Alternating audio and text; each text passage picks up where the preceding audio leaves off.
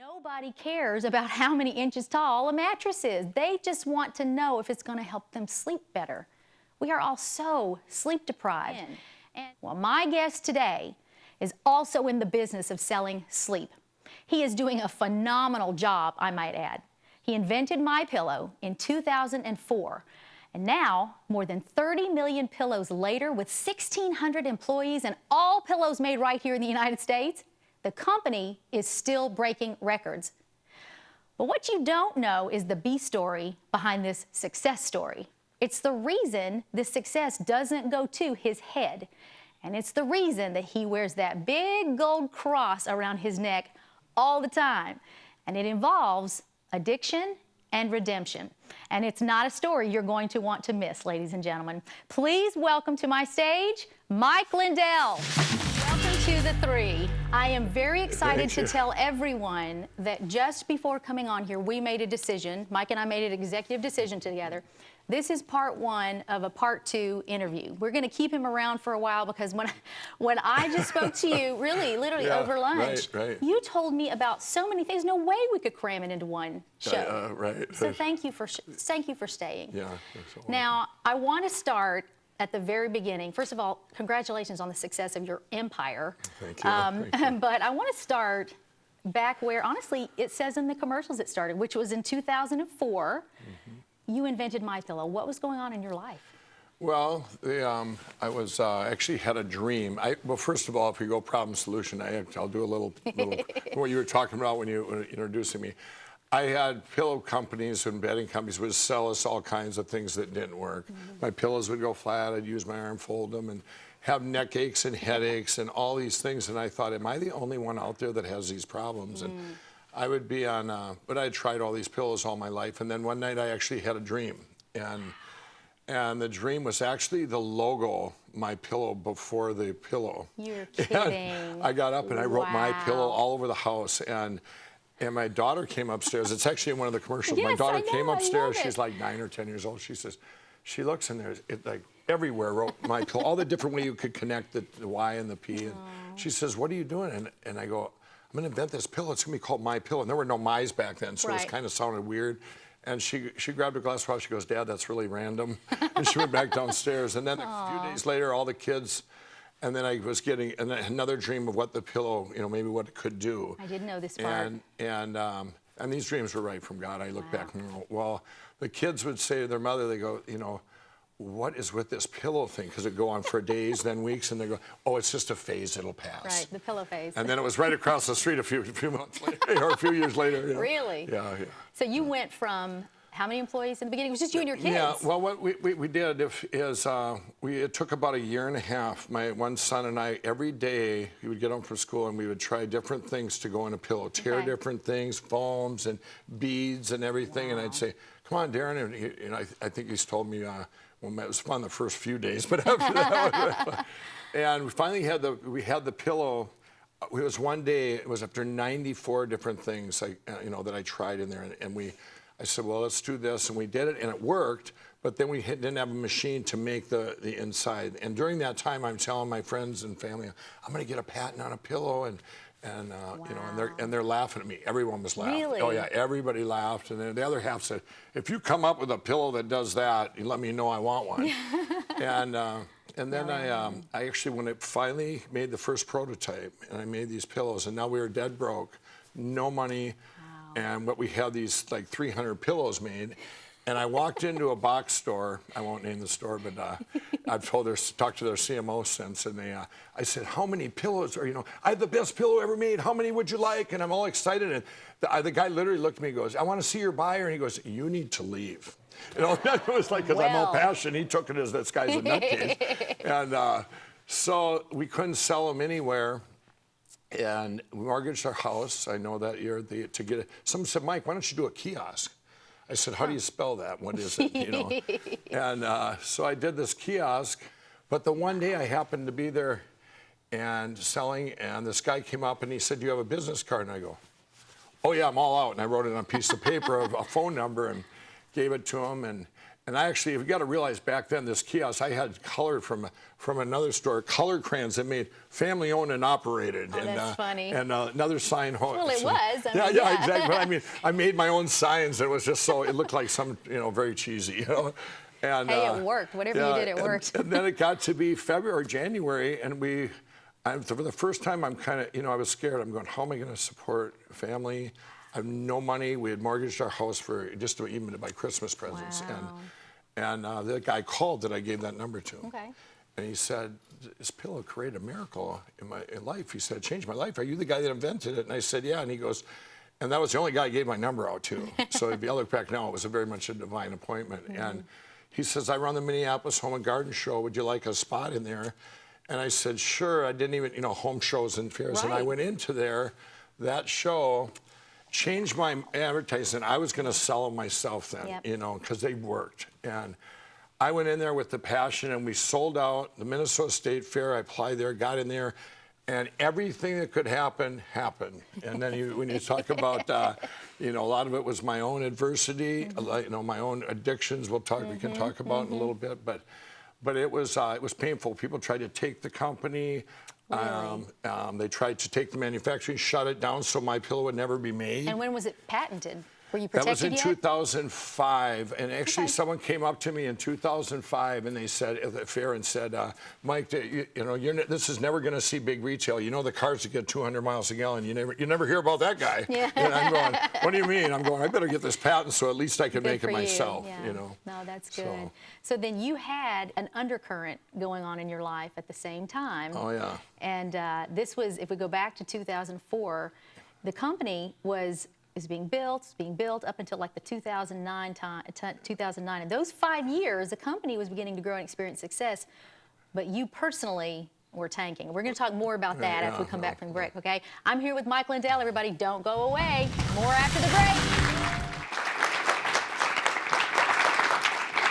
Hi, everybody. Welcome back to theTHREE. I'm Laura Harris-Smith, and I have on my sofa Mike Lindell. He is the president and CEO of MyPillow. And you know what? I've actually talked him into staying for a part 2. So I want to jump right into this because this is going to take a while. Mm-hmm. This is where God really, really hits the scene in your life. Tell us what happened in those early years of MyPillow. Well, I was a cocaine addict from back to for a long time, 15, 20 years, and it had changed to crack cocaine in the early 2000s. And so when I invented, people say that all the time, wait a minute, you invented MyPillow in 2004 and 5, and you quit crack and everything in 2009. Mm-hmm. And they're going, that was a miracle in itself. Yeah, and, exactly. So I actually had a parallel railroad track of trying to get MyPillow, which was struggling, just doing shows and home shows, fairs, and because they wouldn't take us, no box stores, nobody would take us or take MyPillow. But when one thing was going on is I would do these shows, and obviously every addict out there knows addiction is hard work. It's hard to hide it. It's hard to keep going.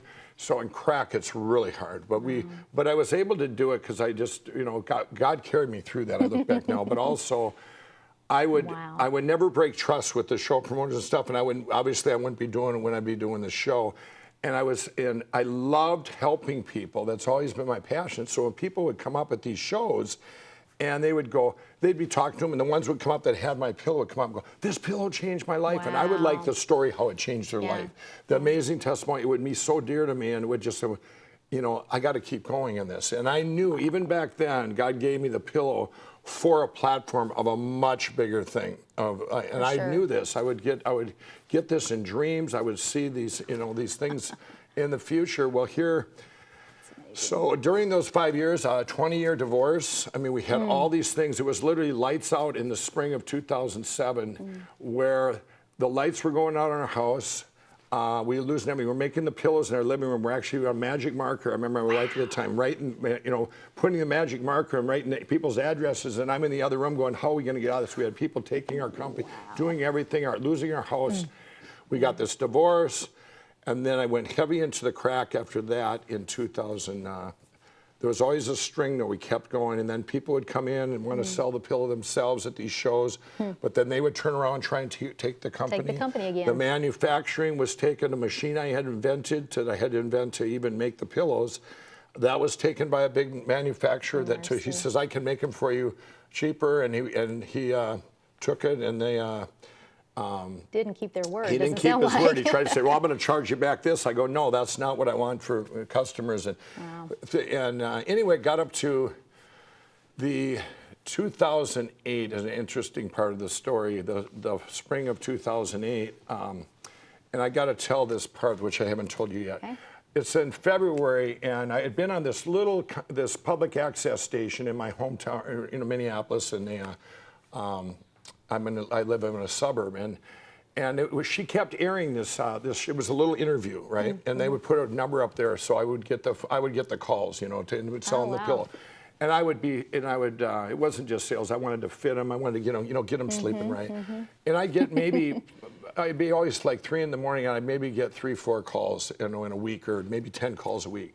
So anyway, this day in February of that year, I get a phone call at 6 o'clock at night. And at this time, I'm all by myself. There's all these things that had happened, so I'm all alone out in this place that I had. And they said, yeah, you're the guy on TV I seen. I said, yeah. They said, well, I'm not going to buy a pillow, but God told me to pray for you that something you're doing is going to be so big to the world. And one little interceressor, one little person. That's who you might be. It magnifies on that. So then I go, okay, and I was open to that. And she's praying, and this went on for about 15 minutes, and she says goodbye. And I have her name to this day. Wow. About an hour later, okay, this never happened before, another lady calls up and says, yeah, you're the guy on TV, I seen you on Channel 3. She says, God told me to call you and pray for you, that what you're doing is very important, this platform. Whatever this pillow is, whatever it's going to lead to, is really important. And can I pray with you? I'm going, yeah. I mean, stranger things have happened to me. So many things have happened. I mean, I just took it as normal. I'm going, sure. So we pray.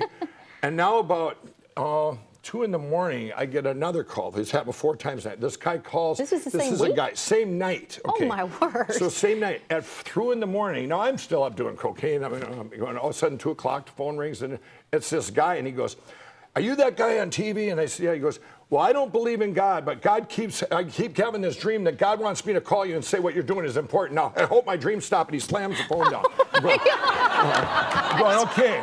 And so now the next caller is 8 in the morning, and I just guessed, said, you don't want to buy a pillow, you want to pray. She goes, how did you know? I'm going.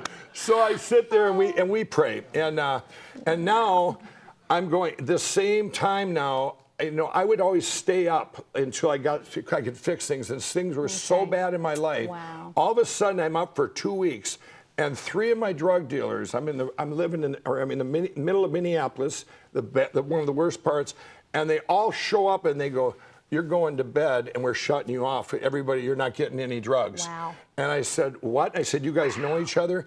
And I'm going, and they're going, you made us a promise. You told us someday you'll quit and you're going to come back and help us and help this addiction, all this, because I would always tell them that. Yeah. And it's true. So I go out in the middle of the night, and once the one guy fell asleep, try and get drugs, nobody on the street would sell me any drugs. And I come back defeated, and one of them takes my phone. He goes, here. He takes a picture of me when I was up 14 days. He goes, you're going to need this someday for your book. He says, now you go to sleep. and that's the picture you're seeing on your screen. Yeah, There's more coming back in just a moment with Mike Lindell. Stay close.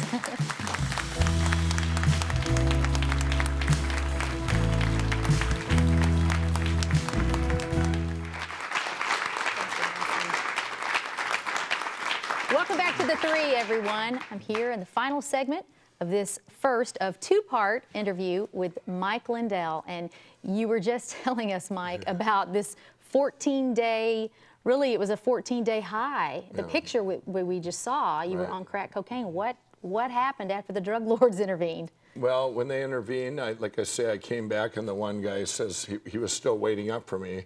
After they did the little intervention, 2 of them left, said, we ain't selling, none of my guys are going to sell them anything. And the one guy sat in a chair, and I waited till he went to sleep, and I looked over, and as soon as he fell asleep, I hit the streets. Wow.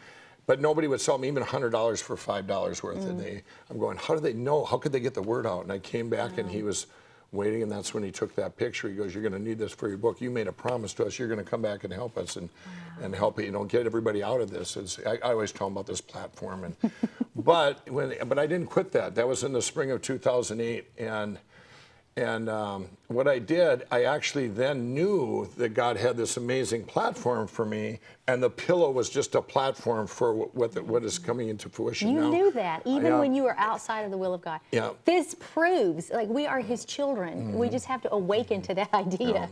Yeah. And so many people I told that to, so it's like I don't, I kept stuff from my book that goes all the way back, so you could show that these things were, proof that they happened. And the book is coming out when? Yeah, it should be out by me. We'll talk about that next episode. Go ahead. But anyway, what I did, I thought this sounds pretty, I was using that platform against quitting, and here's why I'm going. So this sounds terrible. So you mean to say I have all these responsibilities I'm going to have when I quit, plus all the inner pains I have that the addiction is masking. And I said this, and then I thought, well, you know what? If he's picked me for this platform, I can do whatever I want. I mean, wow. I'm going to live through anything. I'd had 14 near-death experience in my life, all these different things. So, but during that year, then my sister even called me up. She goes, you know what? Your window's closing. Because she always told me God's picked me for this. And she said, she goes, you can't keep standing in front of semis. Someone else is going to get picked. Wow. And so now we get to December of 2008, and an interesting thing happened is a friend of mine, and when we talk about people with addictions, to be able to relate with someone that's like you are, or whatever, and they had,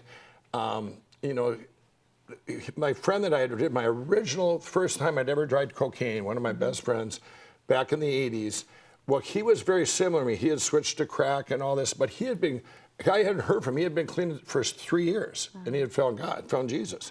And I'd heard rumors of that. Well, then all of a sudden in December of 2008, like I said, it would take too long to tell you where I was at that time. I'm in this room and by myself, and he comes in. I go, Dick, where how you been or whatever, and he tells me, he goes, I was led here, God led me here. He says, how are you been? And I go, and well, I was able to ask him questions that nobody else could answer for me. I wouldn't have trusted anyone else with this question. One of the things I said, Dick, is it boring? Is it boring to be a Christian? Is You wanted to know. Is it boring to be off drugs and a Christian, both? And I'm going, and I'm hearing this. He goes, wow. Mike, and then he's telling me, he's the one that told me, you know how much work it is with your addiction? Wow. All the, some of the addicts are the best workers and best entrepreneurs, best, people in the world, but they just have these wounds. But anyway, we talked for quite a while, but I didn't quit that day, of course. He left. That was just all these seeds that were planted. Well, then it was January 16, 2009, and I knew instinctively by everything that window was shutting that night. It was like anybody out there, the old-fashioned TVs, they used to go down to a little tiny blue dot. Okay, and we'd sit there as a kid and we'd turn them back on and they'd come back to life. And I knew that dot was going out. And I said, Lord, I prayed and I said, all right, here's the deal. I said, I'm praying, please, if you free me of these, not the desire for the drugs, I'll do this platform. I'm all yours, And of course I did finish that night, whatever. But I woke up the next day and I'm expecting this it's going to be, terrible. And I didn't have any desire at all. Yeah. And then I'm going, and at that point there was nothing left. The company was taken. They had. All my shows were taken. All these things were taken. Even to get my fabric, where I had credit before, now I had no credit all of a sudden because they were in on it. And I had to come up, this is a real short story, but I had to come up with $30,000. I'm going, okay, God, I needed it by this following Friday. And at that time, I couldn't talk to two people in the same room. I'm right out of addiction, and people with suits scared me anyway. And this guy goes, a friend of mine goes, well, you can go meet these guys. They're, or actually this was acquaintance. He said, well, you can go meet these guys. They're kind of mavericks or whatever. Right. And anyway, I went and met him. I needed this $30,000. I walk in there a week later. I'm a week out of addiction, and I walk in and I said, and I went in there with just a T-shirt on, and I'm going, wow, there's all these C's, CIO, CFO, CEIO, but I'm not nervous. It was just there was no nervous, and I walked in there with 3 jars of my patented foam and a pillow, and I start telling them, yeah, people have taken my company and they're doing this, and I used to be a crack cocaine addict, and I need $30,000. I'll pay you back $40,000 within 3 months doing shows. And the guy goes, when did he quit crack? And I said, last Thursday. And the guy goes, 4 of them got up and left the room, and I'm going, and the other 4, I go, well, now there's 4 of you. You're all going to put in $7,500, and did they? I needed and they did. Now get this. Oh, wait. I'm going to do this because we've got to get on to episode 2 because we're running out of time. I want you to tell us in the next episode all about this infomercial because this is the point at which the investments came and all of that. So, but first, this show is called theTHREE. Right. So we're typically having to have, we're supposed to have 3 people out here. Right. So I kind of have to do that if you don't mind. I found somebody. He's really quiet. He's just going to join us. He's going to stand here. Is that okay with you? Yeah, for sure. All right, let's bring him on out. Yeah, here he is. This is this guy. I love this guy. He's just going to kind of just put him over in my monologue spot over here. So I went to the MyPillow website, mypillow.com, and if you want to go and have a stand-up mic, and we'll call him Flat Mike, you too can have a flat mic. Mike, thank you so much for joining us. We'll be back next time with part 2 of our interview with Mike Lindells. See you later, everybody.